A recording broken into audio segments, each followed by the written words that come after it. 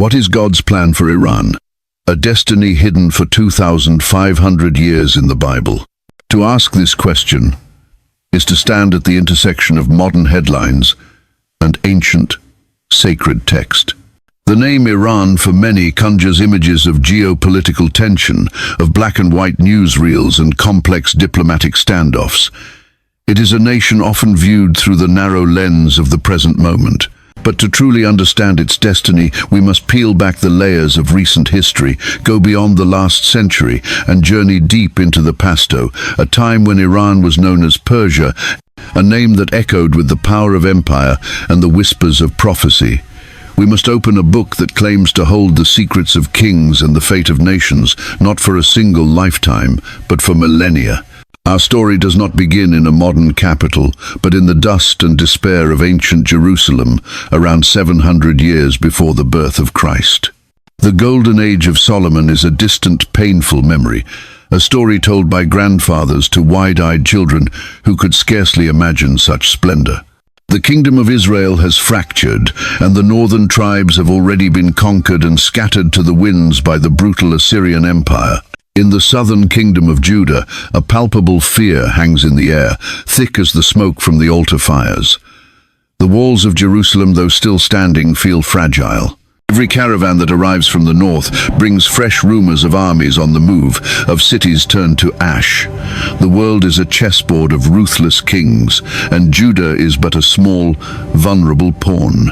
It is in this climate of creeping dread that a man named Isaiah, a prophet of the Most High God, receives a message that seems, even to him, like a form of madness.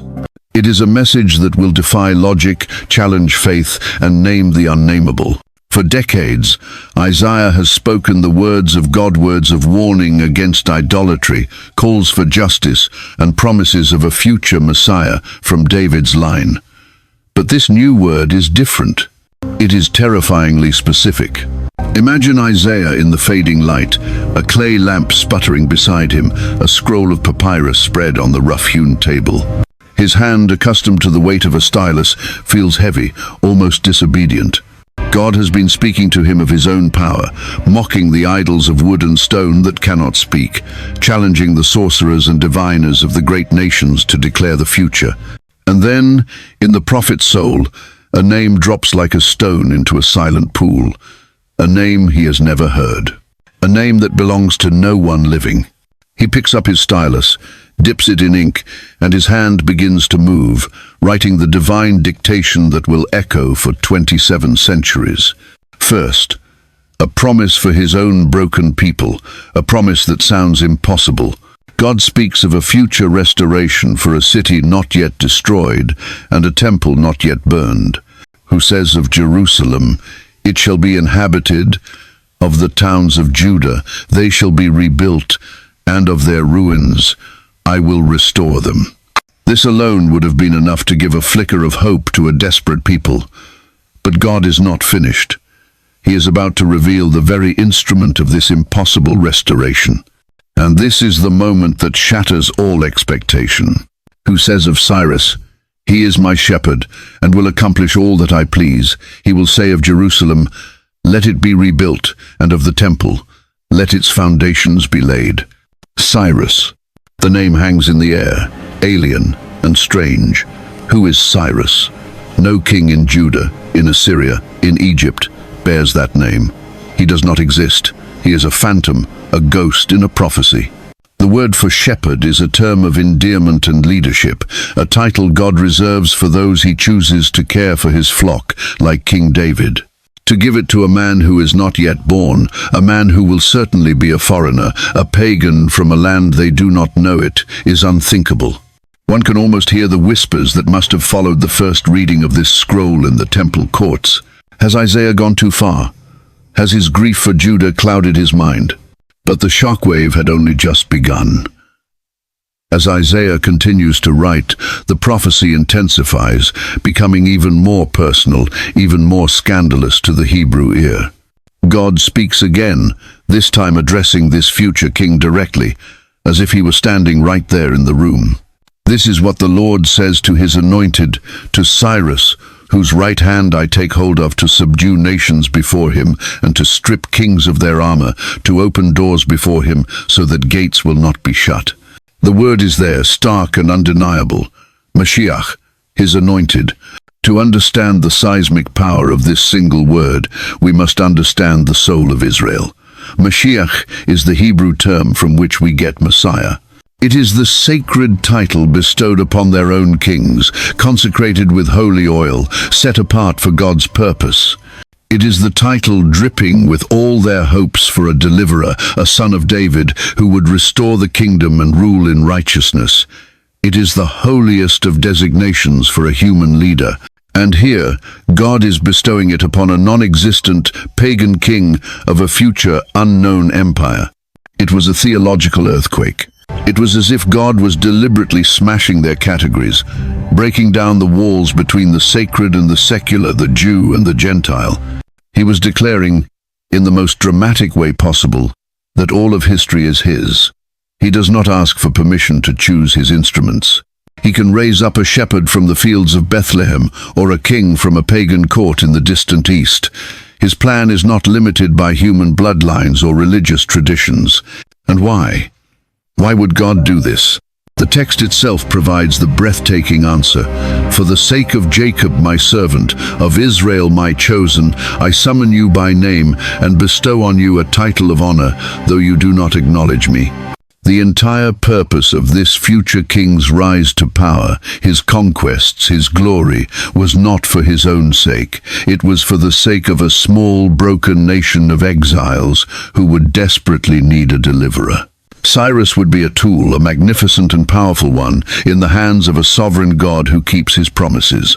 God would use him to release his people from a captivity that had not yet even begun, to fulfill a promise of restoration made over a century and a half in advance. As the years turned into decades, Isaiah's prophecy would have seemed increasingly outlandish. The mighty Babylonian Empire would rise, swallowing Assyria and casting its terrifying shadow over the world. In 586 BC, Jerusalem would fall, the city would be burned, the Temple of Solomon torn down stone by stone, and the people of Judah dragged away in chains to the rivers of Babylon. There they would weep, hanging their harps on the trees, their hope a dying ember.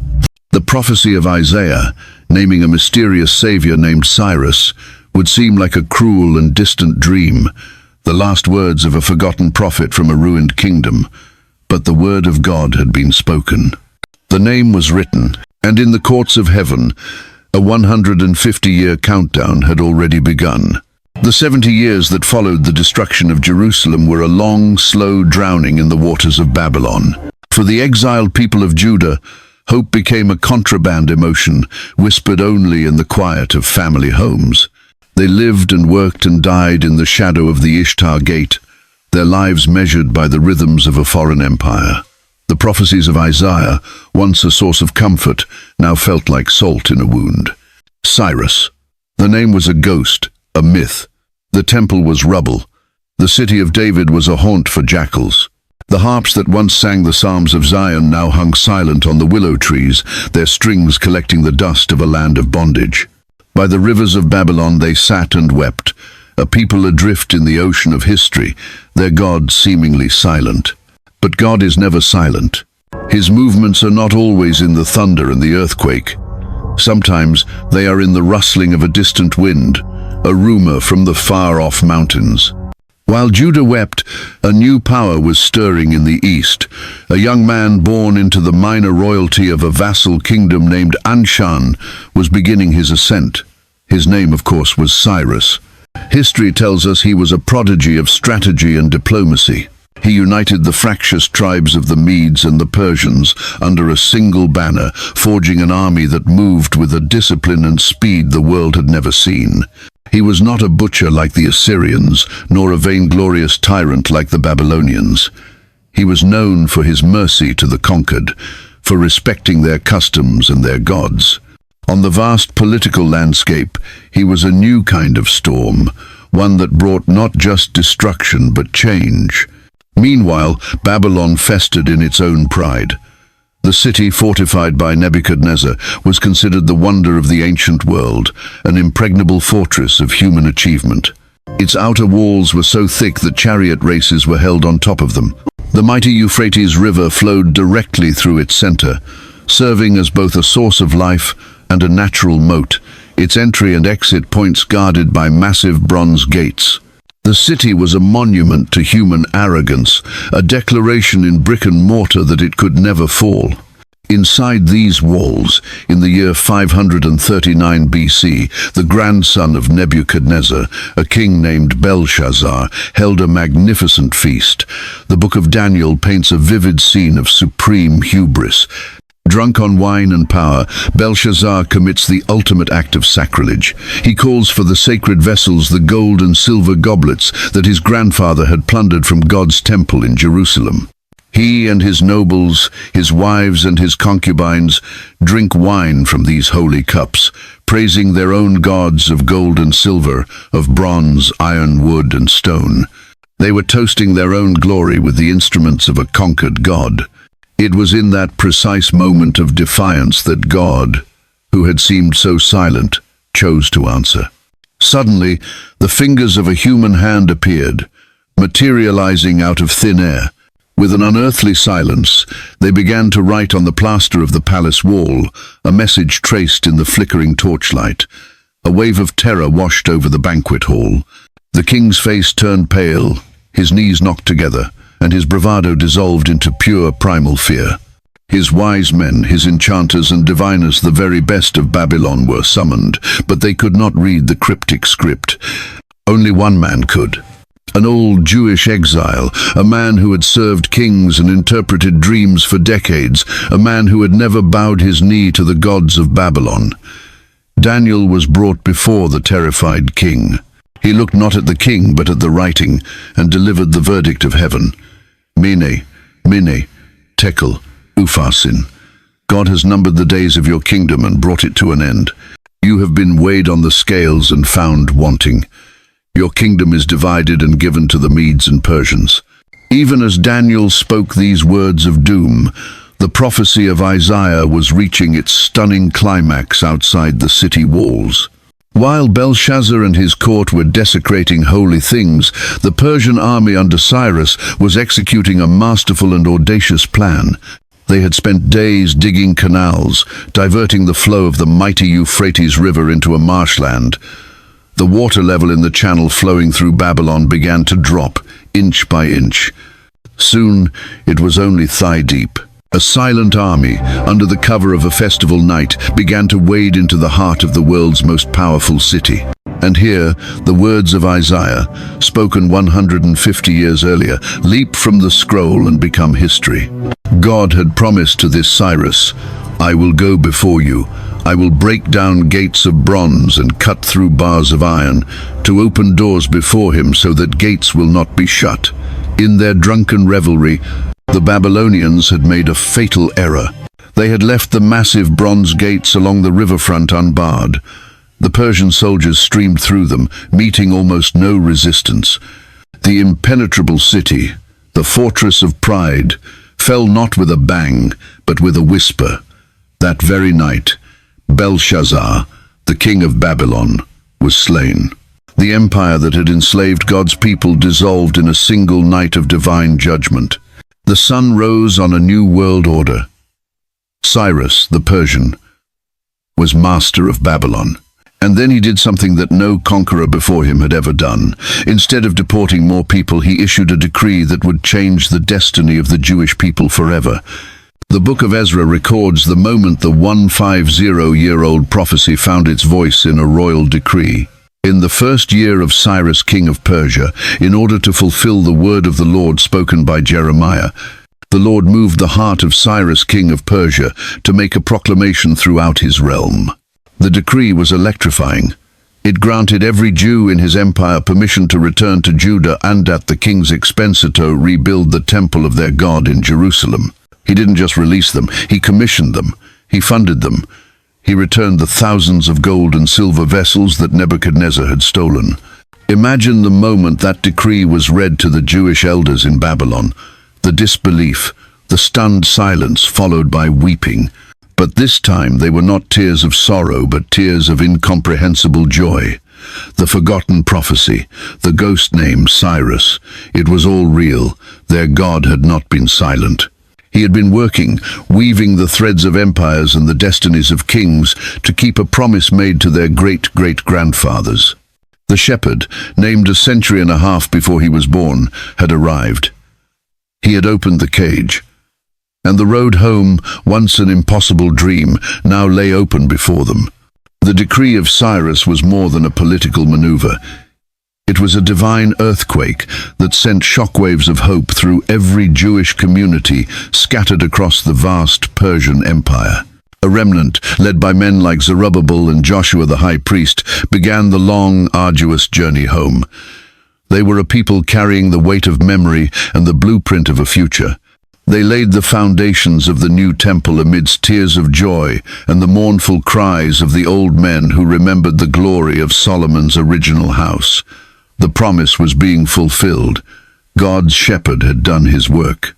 But the plan of God is never a single, simple act. It is a rich, complex tapestry, and the threads of Persia's involvement with his chosen people were woven deeper and more intricately than anyone could have imagined. The initial euphoria of the return faded as the years turned into decades. The work on the temple stalled, bogged down by local opposition and the shifting priorities of a massive empire. The kings who followed Cyrus, while not overtly hostile, lacked his specific, divinely inspired vision. The remnant in Judah struggled, a small island of faith in a sea of pagan cultures. It is now nearly 60 years after the return from Babylon. The reigning monarch is Ahasuerus, known to Greek historians as Xerxes I. He is not Cyrus. He is a man of immense power and equally immense ego, ruling over an empire that stretches from India to Ethiopia. Our story shifts from the dusty construction site in Jerusalem to the opulent, glittering heart of the empire itself, the Winter Palace in Susa, one of the four capitals. Here, in Susa, power is a lethal game. The air is thick with intrigue, whispered conspiracies, and the cloying scent of ambition.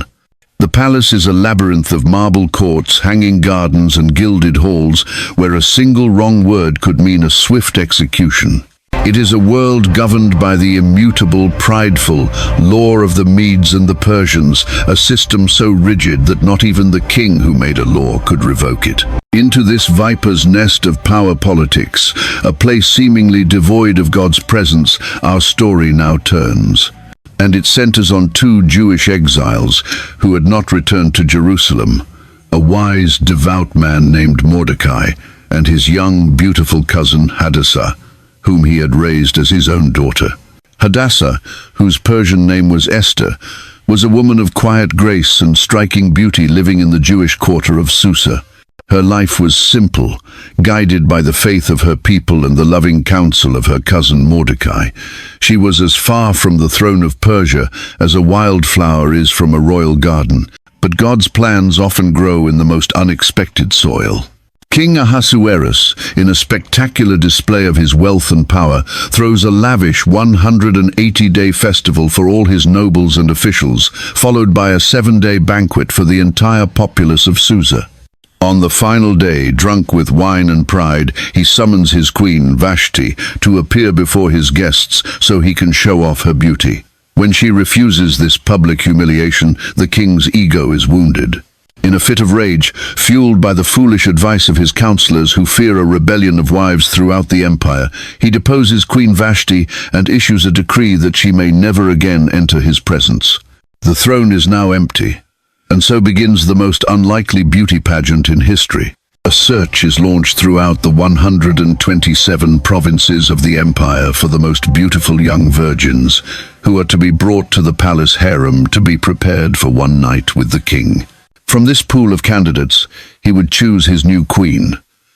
It was a purely carnal political process, driven by ego and lust. Yet, within this secular machinery, the invisible hand of God began to move. Esther, because of her beauty, was taken into the palace. On Mordecai's wise instruction, she concealed her Jewish identity. No one knew she was a descendant of the exiles from Judah. For a full year she underwent the elaborate preparations of the harem months of beauty treatments with oil of myrrh and perfumes. But it was not just her external beauty that shone. She possessed an inner grace, a quiet dignity that earned her the favor of Haggai, the chief eunuch in charge of the harem. When her turn finally came to go to the king, she asked for nothing more than what Haggai suggested. She approached the most powerful man in the world, not with ambition but with humility. And when King Ahasuerus saw her, he was captivated. The Bible tells us simply, the king loved Esther more than all the other women, and she obtained grace and favor in his sight more than all the virgins. So he set the royal crown upon her head and made her queen instead of Vashti. A Jewish orphan girl and exile was now the queen of Persia. It was a stunning, improbable turn of events. To the courtiers, it was a story of luck and beauty. To Mordecai, who sat daily at the king's gate to hear news of her, it was something more. He did not yet know the purpose, but he sensed the providence. God had placed one of his own in the very center of power, a secret agent of faith in the lion's den. Meanwhile, a new figure rises to prominence in the court, a man named Haman the Agagite. The name Agagite is a crucial detail for any Jewish reader. Magog was the king of the Amalekites, the ancient sworn enemies of Israel, whom God had commanded Saul to destroy centuries earlier. Haman was a descendant of this cursed line, a man in whose veins flowed an ancient, venomous hatred for the Jewish people. King Ahasuerus, in his capricious way, promotes this Haman, elevating him above all the other princes. He commands that everyone in the king's service must bow down and pay honor to Haman.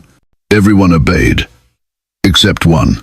Mordecai, sitting at the king's gate, refused to bow. His refusal was not born of arrogance, but of deep conviction. To a Jew, bowing in such a manner was an act of worship reserved for God alone. He would not give that honor to any man, and certainly not to a descendant of Agag. Day after day he sat, and day after day he refused to bow.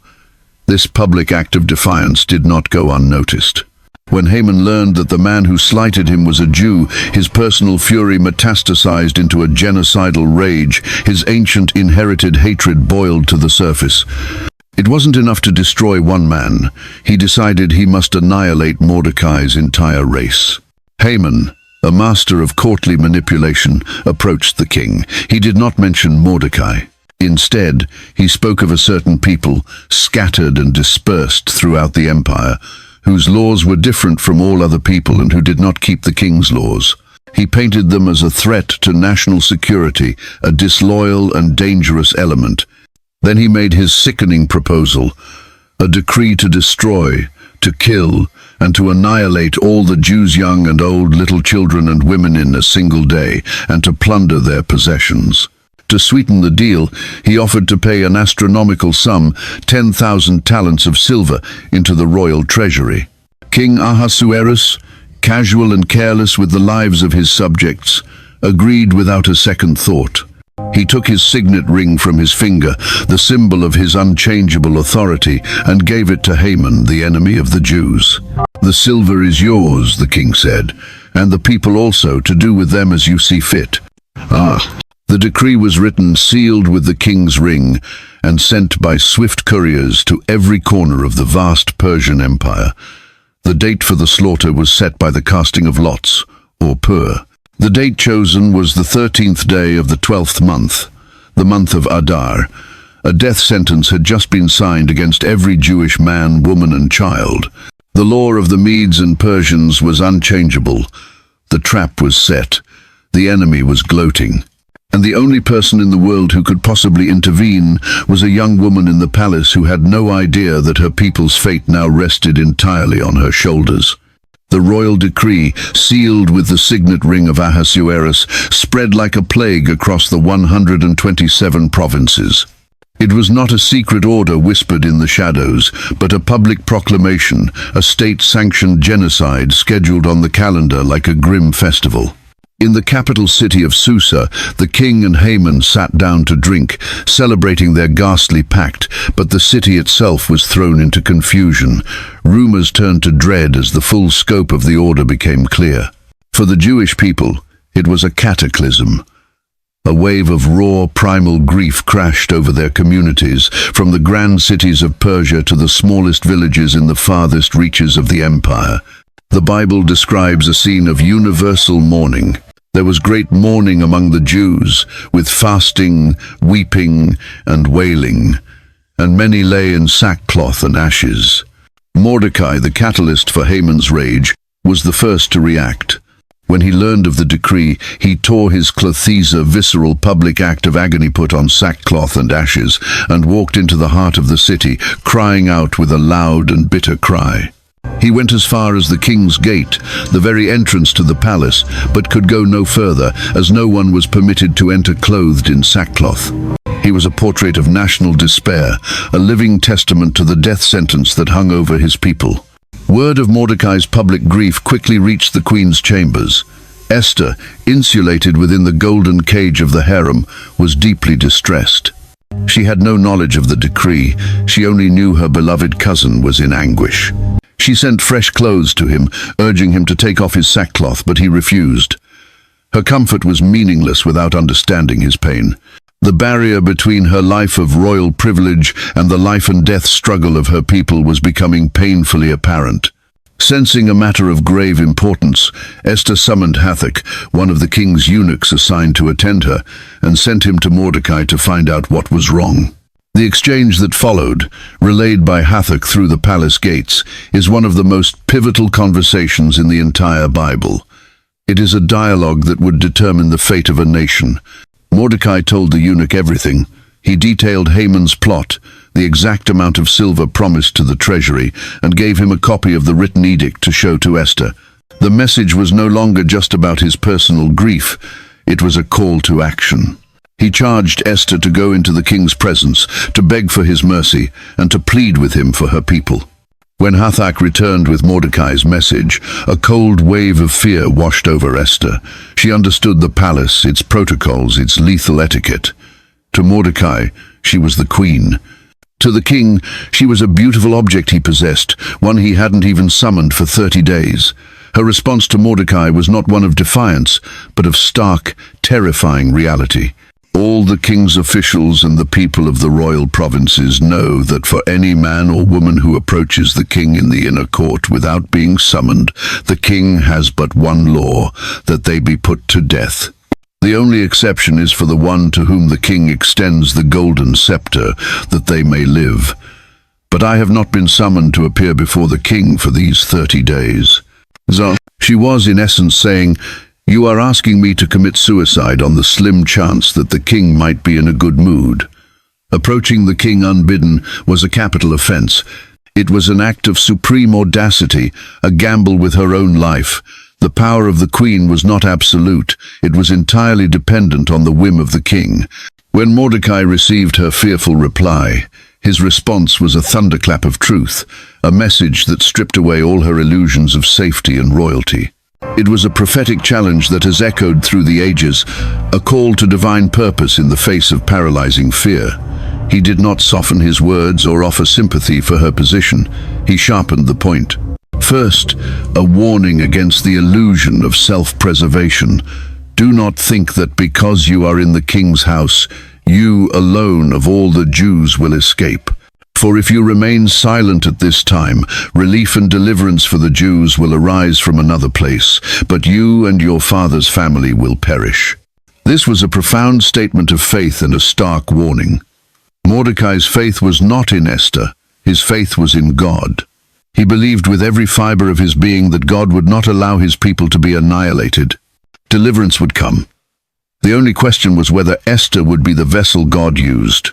If she chose her own safety over the lives of her people, she would not escape the divine judgment that would fall upon her family for her cowardice. She would be a tragic footnote in a story of deliverance she refused to be part of. Then he delivered the final destiny-defining question. A question that reframed her entire life, her beauty, her improbable rise to the throne, everything into a single breathtaking moment of purpose. And who knows but that you have come to your royal position for such a time as this. For such a time as this. Lekazo. The Hebrew is electric. It wasn't an accident. It wasn't luck. It wasn't just about her beauty. Her entire life had been a preparation, a journey orchestrated by an invisible hand, leading to this single moment. The orphan girl from the Jewish quarter, the beautiful virgin in the harem, the favored queenet, was all a divine setup for this one terrible, glorious choice. She was God's secret weapon, placed in the heart of the enemy's camp, and the time to act was now.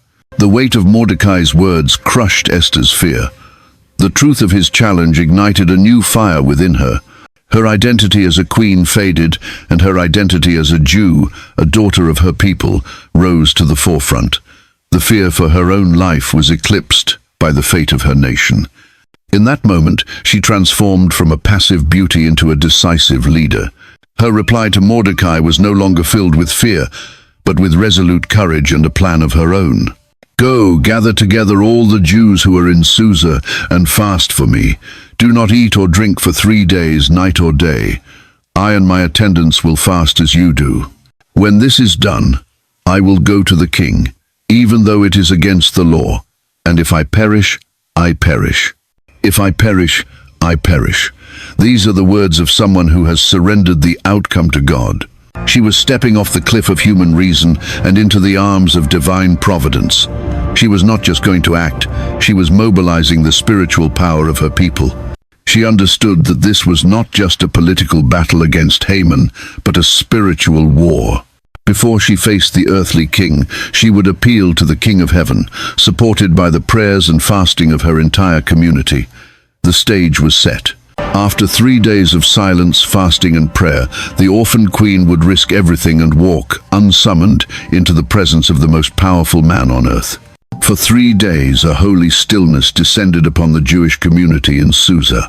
In the opulent palace, Queen Esther and her handmaidens abstained from all food and water, their prayers rising like incense in the gilded chambers. In the humble homes of the Jewish quarter, an entire community joined them in a desperate fast. The normal rhythms of life ceased. It was a collective act of surrender, a community turning its face toward God in unified supplication. They were placing their fate, and the fate of their queen, entirely in his hands. The enemy had a date for their destruction, but they had a date with God. On the 3rd day the fast ended. Esther rose, bathed, and adorned herself in her finest royal robes. Every piece of silk, every jewel, every scent of perfume was not for vanity, but for strategy. She was putting on the full armor of her station. She was no longer Hadassah the orphan, but Esther the queen, about to step onto the battlefield of the royal court. Her heart must have been pounding, a frantic drum against her ribs. Every instinct screamed of the danger.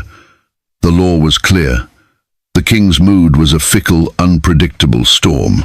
But her resolve, forged in prayer and fasting, was now a quiet, unshakable strength. "If I perish, I perish." End quote. She walked through the corridors of the palace, each step a testament to her courage, until she reached the inner court. There she stopped, positioning herself in direct sight of the throne room. King Ahasuerus was on his royal throne, presiding over the affairs of his vast empire. He looked up and saw her. He saw his queen, standing alone, unsummoned, a beautiful and fragile figure in defiance of his own unchangeable law. The seconds stretched into an eternity. The fate of a nation hung in that silent, loaded glance. Would his pride be offended? Would his anger flare? Would the guards be summoned? Every courtier in the room held their breath, watching the drama unfold. Haman, who was likely present, must have watched with a smug, cold curiosity, wondering at this foolish, suicidal act. And then, the invisible hand that had placed her on the throne moved the heart of the king. He was not filled with rage, but with pleasure. The Bible says, when he saw Queen Esther standing in the court, she won his favor. The storm of his ego calmed, and the sun of his affection broke through. He did the one thing that meant life instead of death. He held out to her the golden scepter that was in his hand. With grace and relief, Esther approached and touched the tip of the scepter. The first and most dangerous part of her mission was a success. She was alive. "What is it, Queen Esther?" the king asked, his voice filled with affection. "What is your request? Even up to half the kingdom, it will be given to you." This was the moment. She could have blurted it all out, the plot, the wicked Haman, the genocide. But Esther, guided by a wisdom beyond her years, knew that timing was everything. A direct emotional accusation might be dismissed as hysteria. She needed to draw the king in, to make him a willing participant in the unfolding drama. She needed to prepare the ground before planting the seed of truth. Her response was a masterpiece of restraint and intrigue. "If it pleases the king," she replied, her voice calm and steady, "let the king, together with Haman, come today to a banquet I have prepared for them." The request was brilliant in its simplicity. It was disarming. It honored the king, and paradoxically, it honored her greatest enemy, Haman. The king, delighted by this personal attention from his queen, readily agreed. "Bring Haman at once," he commanded, "so that we may do as Esther has asked." Haman was summoned. Imagine his shock and soaring pride. He, Haman the Agagite, was not only the king's chief advisor, but was now being personally invited to an exclusive private banquet with the king and queen. It was an unprecedented honor. In his mind, this was the ultimate validation of his status. He was untouchable. That day he went to Esther's banquet, his heart swelling with arrogance. The food was exquisite, the wine flowed freely, and he was the sole guest of honor alongside the most powerful man in the world. As the banquet drew to a close, the king, his curiosity piqued, turned to Esther again. "Now, what is your petition? It will be granted to you. And what is your request? Even up to half the kingdom, it will be fulfilled." Again, the perfect opportunity to reveal her secret. Again, Esther held back. Her divine intuition told her the time was still not right. She needed to heighten the suspense, to pull the thread of the king's curiosity even tighter. She needed to make Haman's pride soar to its absolute zenith before she brought it crashing down. "My petition and my request is this," she said, looking first at the king. "If the king regards me with favor, and if it pleases the king to grant my petition and fulfill my request, let the king and Haman come tomorrow to the banquet I will prepare for them. Then I will answer the king's question." She was playing a dangerous game, but a masterful one. By delaying, she was communicating that her request was of such monumental importance that it could not be rushed. It required a second, specially prepared occasion. The king, now thoroughly intrigued, agreed. Haman left the banquet that day walking on air. He was filled with joy and a sense of absolute triumph. He was the king's favorite, the queen's chosen guest. His power was seemingly limitless. As he walked through the king's gate, he saw Mordecai. And in that moment of supreme arrogance, the sight of the one man who refused to bow to him was enough to sour his entire victory. The stubborn, defiant Jew was a black mark on his perfect day. The Bible tells us that despite all his glory, "All this gives me no satisfaction as long as I see that Jew Mordecai sitting at the king's gate." His joy was so fragile that one man's integrity could shatter it completely. He went home and gathered his friends and his wife Zeresh. He boasted to them of his immense wealth, his many sons, and all the ways the king had honored him. He recounted with giddy excitement how he alone was invited with the king to the queen's banquet, and that he was invited again tomorrow. But then the poison seeped into his voice. "But all this is worth nothing to me," he spat, "as long as I see Mordecai the Jew sitting at the gate." His wife Zeresh, a woman as wicked as her husband, had a simple, brutal solution. "Have a pole set up, reaching a height of 75 feet, she suggested, "and ask the king in the morning to have Mordecai impaled on it. Then go cheerfully with the king to the banquet."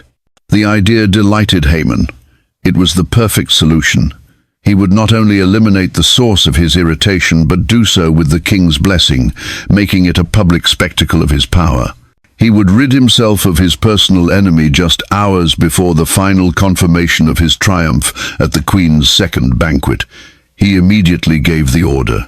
That night, under the Persian moon, a massive gallows was constructed, a grim wooden finger pointing at the heavens, built specifically for Mordecai the Jew. Haman went to bed a happy man, confident that the dawn would bring the death of his enemy and the height of his glory. He had no idea that the God of Mordecai was about to orchestrate the most stunning reversal of fortune in the history of the empire. That night, a strange and divine restlessness fell upon the palace. While Haman slept soundly, dreaming of his enemy's demise and his own impending glory, King Ahasuerus lay awake.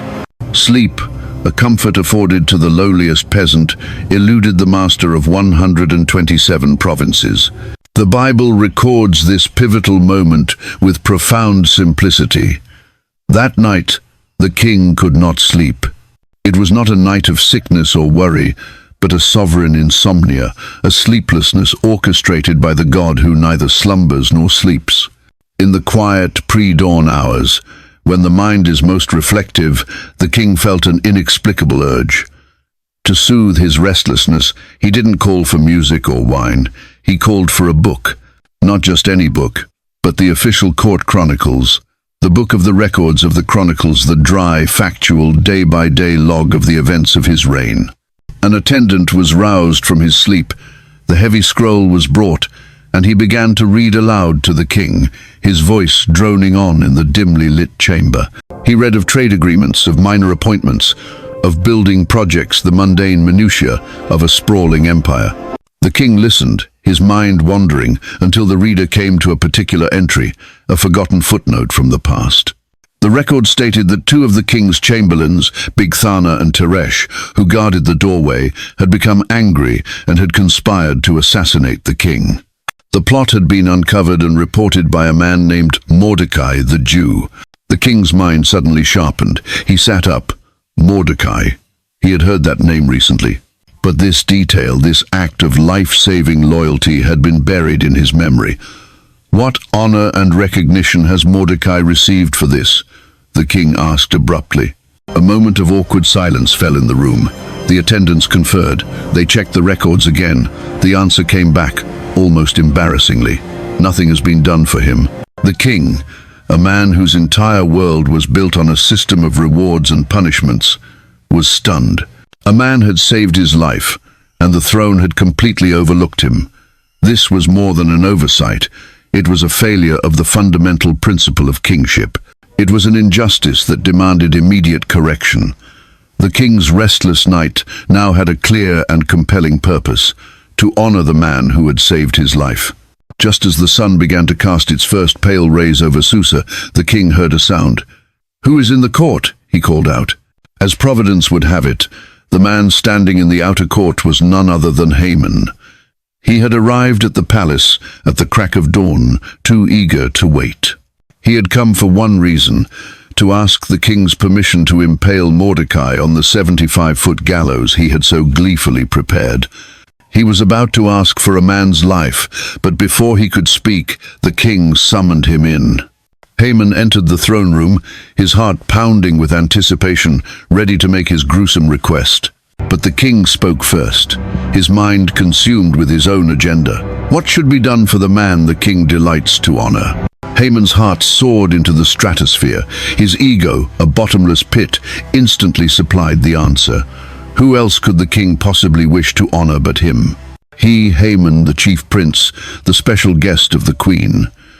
The king was surely planning a surprise for him, a public acknowledgement of his supreme status. His mind raced, constructing the most lavish, ostentatious, and public display of honor he could possibly imagine. This was his moment.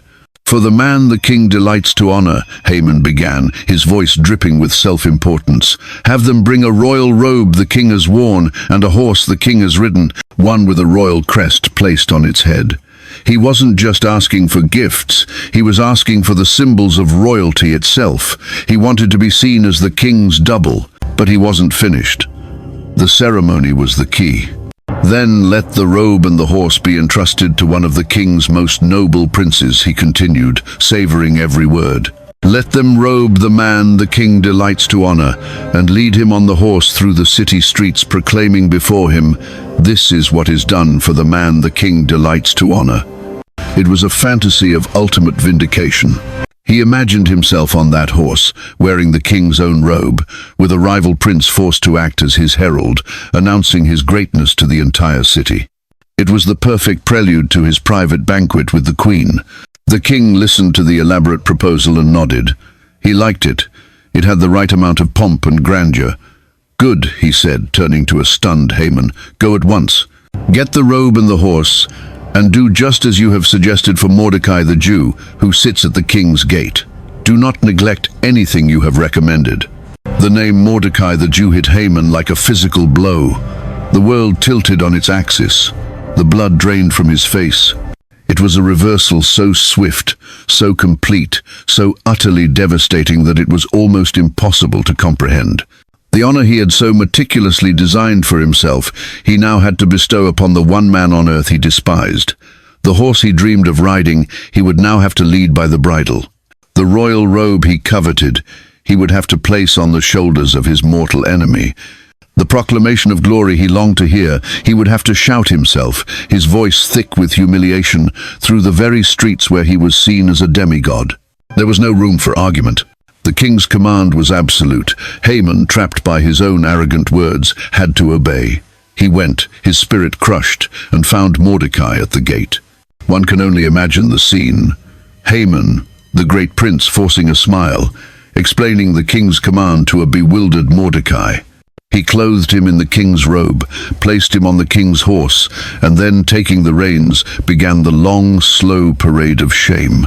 Through the streets of Susa they went, Haman's voice a croak of agony as he shouted the words he had intended for himself. "This is what is done for the man the king delights to honor."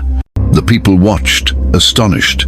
The very man Haman had sentenced to death was now being paraded as a hero by Haman himself. The gallows, standing tall and empty against the morning sky, now seemed not like a symbol of Haman's power, but a monument to his spectacular folly. When the humiliating charade was finally over, Mordecai simply returned to his post at the king's gate, his demeanor unchanged by the sudden honor. He was a man whose identity was not swayed by circumstance. But Haman, utterly broken, rushed home, his head covered in grief and shame. He poured out the story of the morning's catastrophic events to his wife and his friends. His wise men and his wife Zeresh, who had been so confident the night before, now saw the writing on the wall. Their response was not one of comfort, but of chilling prophecy. "Since Mordecai, before whom your downfall has begun, is of Jewish origin, you cannot stand against him. You will surely come to ruin." They saw it clearly now. This was not a struggle against a mortal man. They were fighting against a destiny, against a people whose God intervened in history. The tables had not just been turned, they had been smashed, and Haman's ruin, they knew, was now inevitable. Even as they were speaking, their words hanging in the air like a death sentence, the king's eunuchs arrived at Haman's door. They had come to escort him to his final engagement, the second banquet of Queen Esther. It was time. The stage, now perfectly set by a sleepless king and a stolen horse, was ready for the final act. Haman walked to the palace like a man walking to his own execution. The morning's humiliation had stripped him of his arrogance, leaving behind a hollow shell of dread. The confident stride was gone, replaced by the shuffling steps of a man whose world had crumbled beneath his feet. The words of his wife and friends echoed in his mind. "You will surely come to ruin." The second banquet, which he had anticipated as the pinnacle of his glory, now felt like a trap.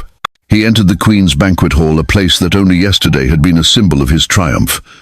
The king and queen were already there. The table was set with the same exquisite care, the wine poured into glistening goblets. But the atmosphere was different. The air, which had been light with celebration, was now heavy with unspoken tension. Haman took his seat, his mind a maelstrom of fear, trying to maintain a facade of composure before the king. The king, oblivious to the morning's drama beyond having given the order, was in high spirits. He had righted a wrong, honored a loyal subject, and was now ready for the main event, the unveiling of his queen's mysterious and important request. As they ate and drank, he turned to Esther, his curiosity now at its peak. "What is your petition, Queen Esther?" he asked for the third time, his voice warm and encouraging. "It will be given you. What is your request? Even to the half of my kingdom, it shall be performed." He had made the promise. He had sealed it with his royal word. He was now bound to listen. The moment had finally arrived. The 3 days of fasting, the risk of approaching the throne, the 2 carefully planned banquets, it had all led to this. Esther looked at the king, her protector. Then her eyes moved to Haman, her tormentor, who sat unsuspecting of the true nature of this gathering. She took a deep breath, the fate of her people resting on the words she was about to speak. She did not begin with an accusation. She began with a plea for her own life, framing the issue in terms the king could immediately understand, a threat to his own property, his queen. "If I have found favor in your sight, O king," she began, her voice trembling with controlled emotion, "and if it pleases the king, grant me my life, this is my petition, and spare my people, this is my request." The king was taken aback. Her life? The life of the queen was in danger? And her people? What did she mean? This was not a request for money or territory, it was a matter of life and death. Esther continued, her words building in intensity as she revealed the horrifying truth. "For I and my people have been sold to be destroyed, to be killed, and to be annihilated." She used the exact brutal language of Haman's own decree, words that had been sent to every province. She then added a touch of brilliant political rhetoric, showing she understood the king's priorities. "If we had merely been sold as male and female slaves, I would have kept quiet, because that would not be sufficient reason to disturb the king." She was telling him, this is not a minor inconvenience. This is a state-sponsored massacre of a scale so vast it demands your royal attention. A massacre that will include your own wife. The king's face darkened with confusion and growing anger. Sold, destroyed, annihilated, in his kingdom, without his full understanding, he leaned forward, his voice a low growl of rising fury. Who is he? Where is the man who has dared to do such a thing? The question hung in the air, a death sentence waiting for a name. The room fell silent. Haman froze, the wine cup trembling in his hand. His mind raced, but there was no escape. He was the only other guest. He was the one who had boasted of his power, his influence, his access to the king. The web he had so carefully woven for Mordecai was now tightening around his own throat. Esther raised her hand, her finger pointing directly at the man seated across from her. The man who had feasted with her, who had accepted her hospitality, who had plotted to murder every man, woman, and child of her race. And she spoke the words that sealed his doom. An adversary and an enemy, this wicked Haman. The accusation struck Haman like a bolt of lightning. The mask of civility was ripped away, exposing the monstrous evil beneath. The king's confusion instantly ignited into white-hot rage. He shot to his feet, his mind reeling as all the pieces clicked into place. He had been tricked. His authority had been used to sign a death warrant against his own queen. His signet ring, the symbol of his power, had been given to this serpent who had deceived him with lies about a certain people. He was so overcome with fury that he couldn't even speak. He stormed out of the banquet hall and into the cool air of the palace garden to regain his composure and decide Haman's fate. Left alone with the queen, Haman was seized by a desperate, pathetic terror. He knew he was a dead man. The king's rage was a force of nature that no one survived. His only hope, however slim, was to beg for his life from the very woman he had planned to exterminate. He fell at her feet, sprawling across the couch where she was reclining, pleading and groveling for mercy. At that exact moment, the king re-entered the room.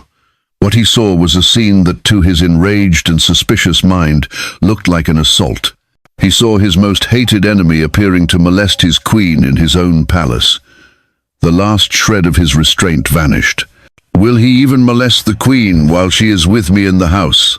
the king roared. The king's word was a command. As soon as the words left his mouth, the royal attendants who had been waiting just outside surged into the room. They knew what this meant. They immediately covered Haman's face, a gesture in the Persian court signifying that the condemned man was no longer worthy to look upon the king's face. He was, for all intents and purposes, already dead. Then one of the eunuchs, a man named Harbona, stepped forward. He had seen the morning's events. He had seen the gallows.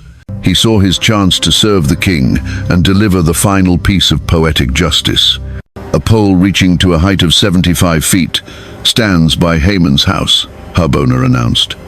He had it set up for Mordecai, the man who spoke up to help the king. The king didn't hesitate. The solution was perfect, immediate, and exquisitely just. He pointed a finger at the terrified, shrouded Haman. "Impale him on it," he commanded. And so, Haman was dragged from the queen's banquet, through the palace he had so arrogantly lorded over, and to his own home. There, he was hoisted up on the very gallows he had built for Mordecai. The man who had plotted a genocide died a criminal's death, his body a gruesome silhouette against the Persian sky, a public testament to the swift and terrible justice of both a human king and the unseen king of heaven. The enemy was destroyed, but his evil decree, sealed with the king's ring, was still the law of the land. The date of destruction was still on the calendar. The death of Haman brought a wave of immediate relief to the palace, but it did not solve the underlying crisis. A great evil had been judged, but the machinery of that evil was still grinding forward. Throughout the empire, the edict of destruction, written in every language and sealed with the king's unalterable ring, was still law. The 13th day of the month of Adar was still marked on the calendar as a day of legal slaughter. Haman was dead, but his venomous hatred lived on in the form of an irreversible decree. That same day, King Ahasuerus began the process of rectifying his catastrophic error. He gave Queen Esther the entire estate of Haman, transferring the vast wealth of the enemy to the very people he had sought to destroy. Esther, in turn, revealed her full relationship with Mordecai to the king. No longer just a loyal subject at the gate, Mordecai was now acknowledged as the queen's cousin, her guardian, and a man of proven integrity. The king, fully trusting him now, took off his signet ring, the same ring he had so foolishly given to Haman, and presented it to Mordecai. In a single day, Mordecai was elevated from the king's gate to the highest echelons of power. He was now second in command of the entire Persian Empire, wielding the authority that Haman had abused for evil. It was a stunning reversal, a fulfillment of the biblical principle that God humbles the proud and exalts the humble. But even with this new power, the central problem remained. Esther knew this. She fell again at the king's feet, weeping, pleading with him to put a stop to the evil plan Haman had devised.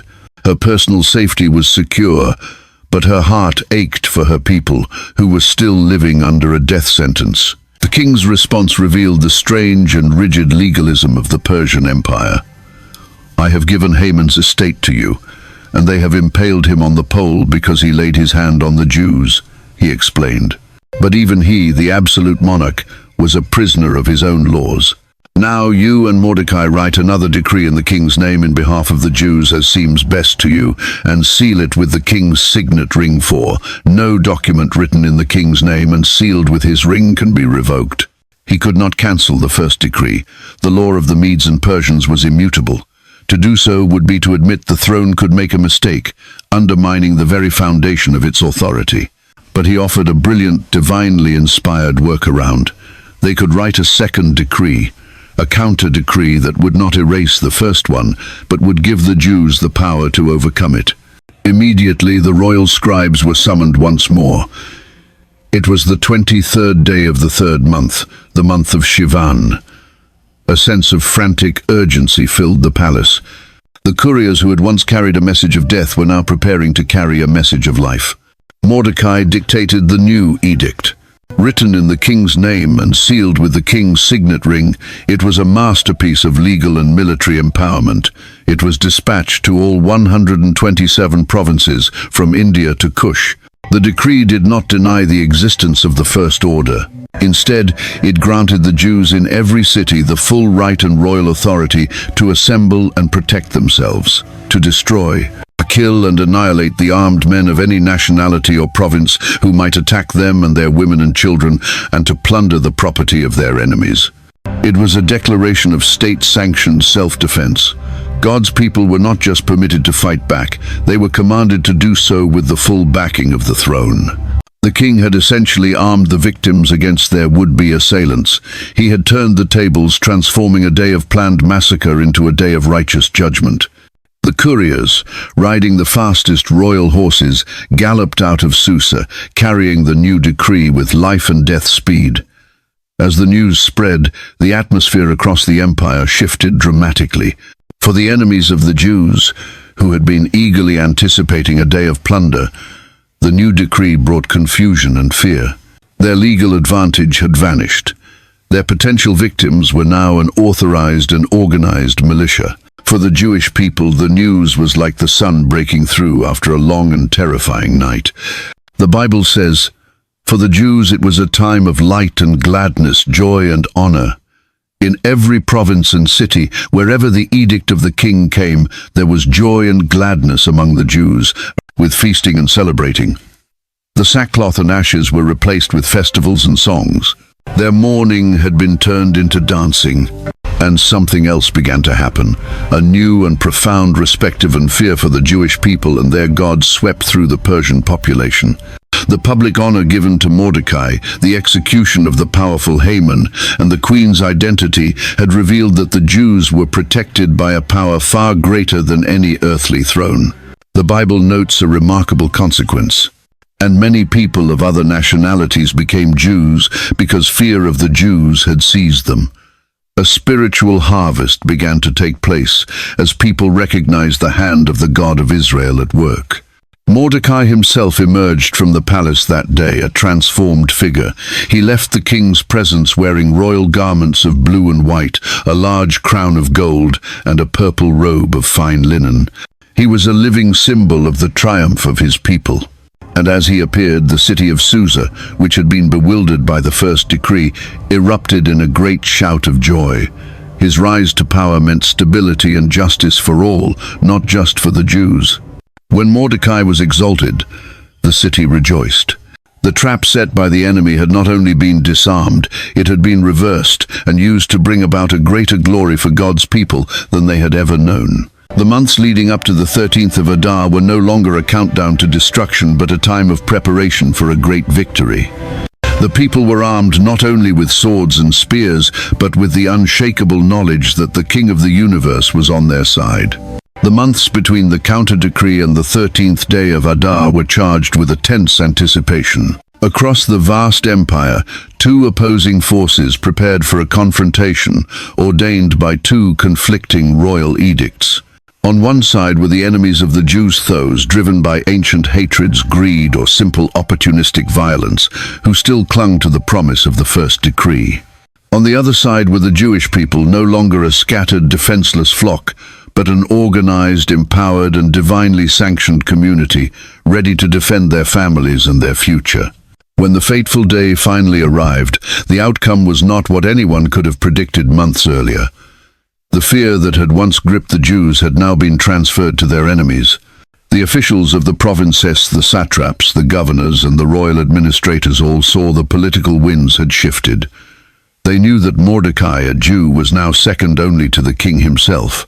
His power was growing, and no sensible official wanted to be found on the wrong side of the new establishment.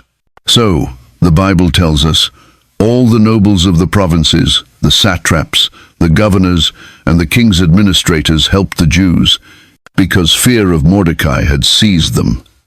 The very infrastructure that Haman had counted on to carry out his genocide now actively supported the Jewish people. The result was a decisive and overwhelming victory. Instead of being victims, the Jews struck down their assailants. In the citadel of Susa alone, they put to death 500 men, including the 10 sons of Haman. When the news was brought to the king, he gave Esther a further request, that the Jews in Susa be allowed another day to finish the work, and that the bodies of Haman's 10 sons be impaled on poles. It was a gruesome but powerful public statement. This is the fate of those who rise up against the people protected by the throne and by the God of heaven. Throughout the provinces, the Jews defended themselves, gaining relief from their enemies and securing their communities for generations to come. What was meant to be the darkest day in Jewish history was transformed into a day of deliverance and triumphant victory. To commemorate this stunning reversal of fortune, Mordecai and Esther established a new annual festival. It was to be called Purim, named after the pur or the lot that Haman had cast to choose the day of their destruction. The lot, a symbol of blind chance and pagan fate, had been overturned by the sovereign providence of God.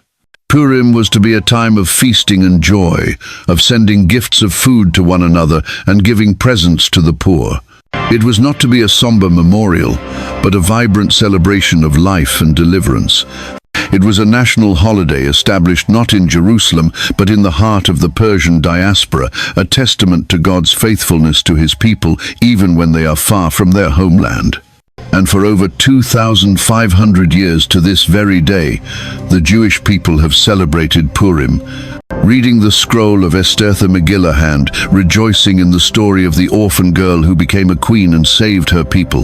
The Persian court, a place of paganism and intrigue, became the unlikely stage for one of the greatest salvation stories in the Old Testament. The story of Esther and Persia marks the final great narrative interaction between God's people and the Persian Empire in the Bible. It is a story that solidifies Persia's unique role in God's plan. First, through Cyrus, God used Persia as an instrument of liberation and restoration, releasing the Jews from captivity and commissioning the rebuilding of his temple. Then, through Esther, God used a Persian queen to bring about deliverance and preservation, saving his people from annihilation. Persia was not just a historical footnote, it was a partner in God's redemptive drama. But is that where the story ends? Is Iran's biblical destiny confined to the past? There is one more prophecy, one more thread in this divine tapestry that points not to the past, but to the future. The prophet Jeremiah, speaking long before Esther's time, delivered a specific word about a region of ancient Persia called Elam, in what is now southwestern Iran. In Jeremiah 49, God first pronounces judgment on Elam, but then, as he so often does, he follows judgment with a breathtaking promise of restoration. He says, "But in the latter days I will restore the fortunes of Elam, declares the Lord." This promise of restoration is then crowned with a phrase of staggering significance. "I will set my throne in Elam and destroy her king and officials there." To set one's throne is the ultimate expression of sovereign rule. This is not a political promise, but a spiritual one. It is a prophecy of a time when the King of Heaven would establish his personal reign, his presence, and his worship in the very heart of the land we now call Iran. It is a promise of a great spiritual awakening. For centuries, this prophecy lay dormant, but today, in our time, we are witnessing its astonishing fulfillment. Reports from across the globe describe an unprecedented movement of God within Iran. Despite intense persecution, the underground house church in Iran is widely considered to be the fastest-growing evangelical church in the world. Millions of Iranians, disillusioned with their oppressive regime, are having dreams and visions of Jesus Christ. They are discovering the truth in the scriptures, finding a hope and a freedom they have never known. Bibles in Farsi are one of the most sought-after items on the black market. The descendants of Cyrus, of Darius, of Ahasuerus and Esther are meeting the Jewish Messiah, Jesus Christ, in record numbers. The ancient land of Persia, which God used to save the Jewish people, is now experiencing its own salvation. God is fulfilling his promise. He is setting up his throne, not in a palace of brick and mortar, but in the hearts of millions of Iranian people. The destiny of Iran, hidden for 2,500 years in the pages of the Bible, is not one of geopolitical conflict or nuclear threat. Its ultimate destiny is one of light, hope, and spiritual revival. It is a story that began with a pagan king named Cyrus, was carried forward by a courageous queen named Esther, and is now reaching its crescendo in a quiet, unstoppable revolution of faith. The plan of God for Iran was and is a plan for redemption, a glorious reminder that no nation is beyond the reach of his grace, and no destiny is too hidden for his sovereign hand to reveal.